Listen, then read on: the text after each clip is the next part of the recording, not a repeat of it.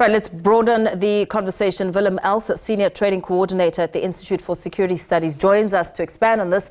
A very good evening to you. Thank you for joining us. Happy New Year. South Africa, we know, last week arrested Hoorzoek on charges of terror financing. How best should we understand what constitutes terror financing according to the Financial Intelligence Center Act? Good evening to you, Paul. Yeah, you see, we should see this against a backdrop of the grey listing of South Africa because of our lack of action against terror funding and also money laundering.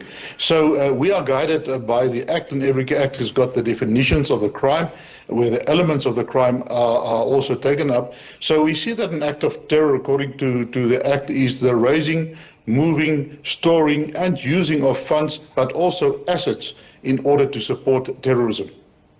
So when it comes to some contingency measures, what is the role of anti-money laundering and counter-financing of terrorism division with the Prudential Authority in fighting this?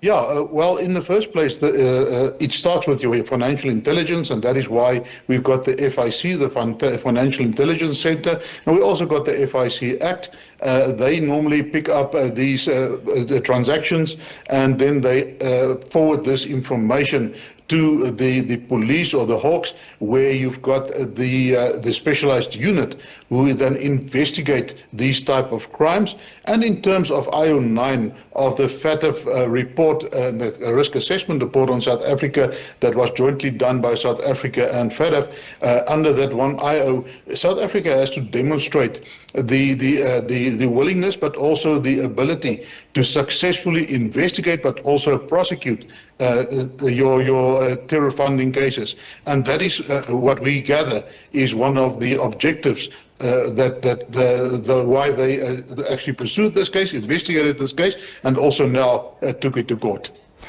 You say South Africa must demonstrate its willingness. Do you think it's a matter of willingness or capacity? I mean, we're talking about a matter that happened in 2017.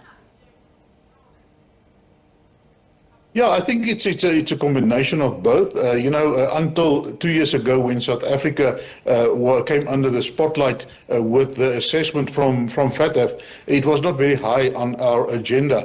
So that actually forced. It was not only a bad thing; it also was a good thing that happened to South Africa, because at the end of the day, it forced us to look at our legislations. That's why, in the meantime, South Africa has got the Poctatara Amendment Act that was signed into force by the president. They also amended the FIC Act. They're also busy at the moment with the GILAP Act, and that's an Amendment Act on Intelligence that is before Parliament at the moment. So all of those legislations are updated because that's one of the prerequisites or the recommendations of FATF, but also, as I mentioned, the ability and also the capacity. And the capacity that needs to be addressed there, we also saw that there are various workshops where the investigating officers, intelligence officers, but also the judiciary is being trained and capacitated in order to effectively counter this threat. As we talk about the probabilities, I mean, you make mention of the importance of a successful prosecution. How imperative is this arrest in terms of South Africa's quest to be removed from grey list? Well, it's the first. You know, in June, July, South Africa is going to be assessed again by FATF if we met all the immediate outcomes, and we have proven that we met all of them. Then the possibility is there that we might be removed by the grey list by then. If not, it will have to stand over till next year, where there will be another assessment. So I think this is a very major step because this is the first arrest in terms of terror funding. And we believe that there are some more cases that are under investigation, and it's a good thing for South Africa because in the first place we are countering this now, but it's not only terror funding that we are countering, it's also places an onus on South Africa to effectively counter money laundering and investigating money laundering as well. So those are the two fields that South Africa have to pull up their socks, and they made tremendous progress in the past 2 years on that. In terms of dissuading other would-be terror sponsors from operating in South Africa, how imperative will this case be?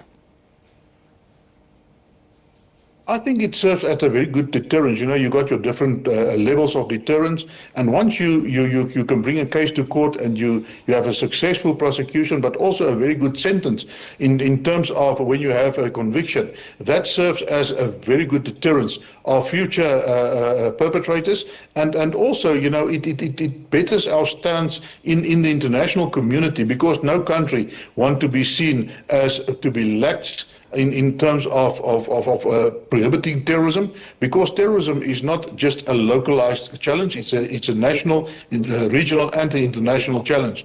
And if you do not attack those things in your country, you are actually not serving your purpose within the international fraternity. Yeah, absolutely. Thank you so much for speaking to us this evening and weighing in on this very important discussion. Willem Els, Senior Training Coordinator at the Institute for Security Studies.